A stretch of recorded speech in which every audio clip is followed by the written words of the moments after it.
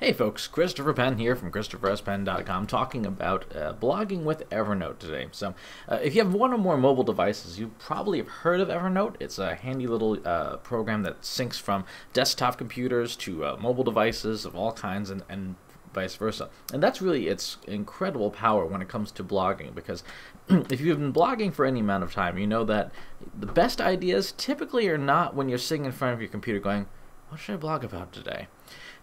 They usually happen when you're in the shower, you're driving down the highway, or you're sitting in an airport somewhere. And it's at those times when you need to try and capture stuff as quickly as possible before, of course, the next shiny object comes along. So here's how I use Evernote to capture as many ideas as possible for blogging.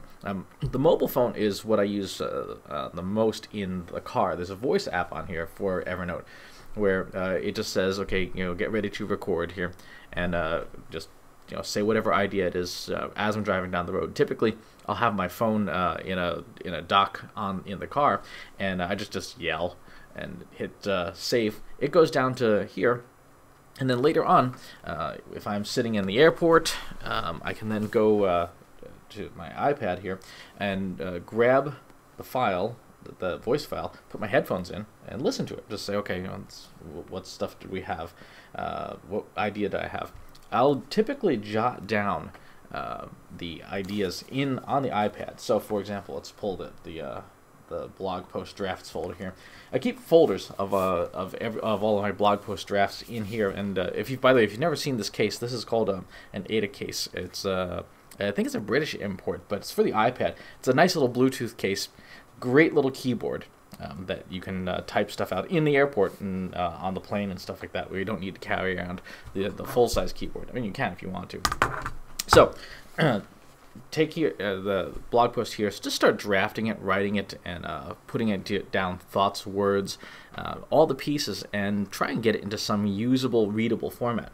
Now, the thing about blogging on a mobile is that you never get all the formatting right. You very rarely get all the URLs right, the embedded images correct.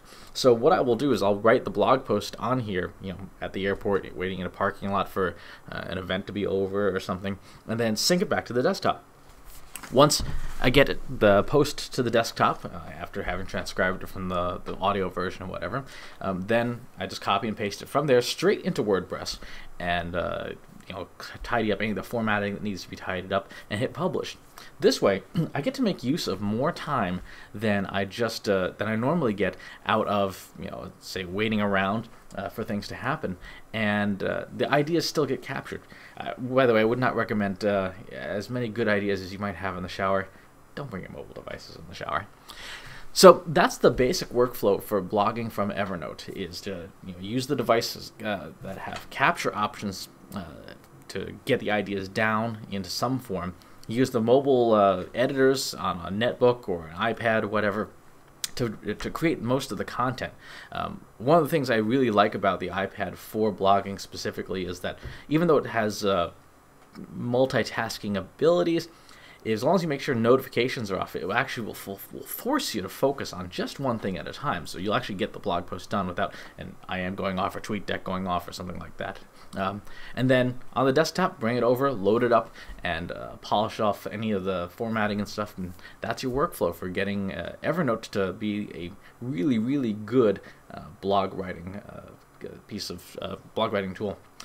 You can find more information over at Evernote.com. There is a paid version and a free version. The free version actually will do pretty well for like 95% of the people, unless you have a tendency to ramble a lot on the voice calls. Then the voice files get really big. Thanks for watching and listening, and I will talk to you soon. In the meantime, please feel free to visit the website at ChristopherSPenn.com if you're not watching this on my website, and make sure you subscribe to the newsletter. Take care, and talk to you next time.